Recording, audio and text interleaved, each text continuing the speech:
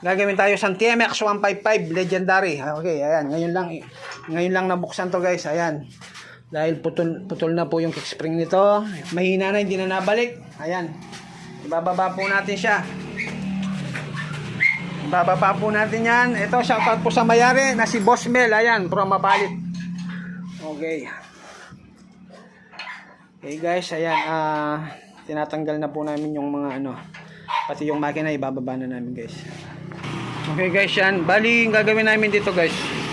Papalitan ko lang yung kanyang return spring. Hindi na ako magbabaklas doon. Ibababa ko lang to, tapos dito na kagad sa center. May ginawa na po tayong ganun.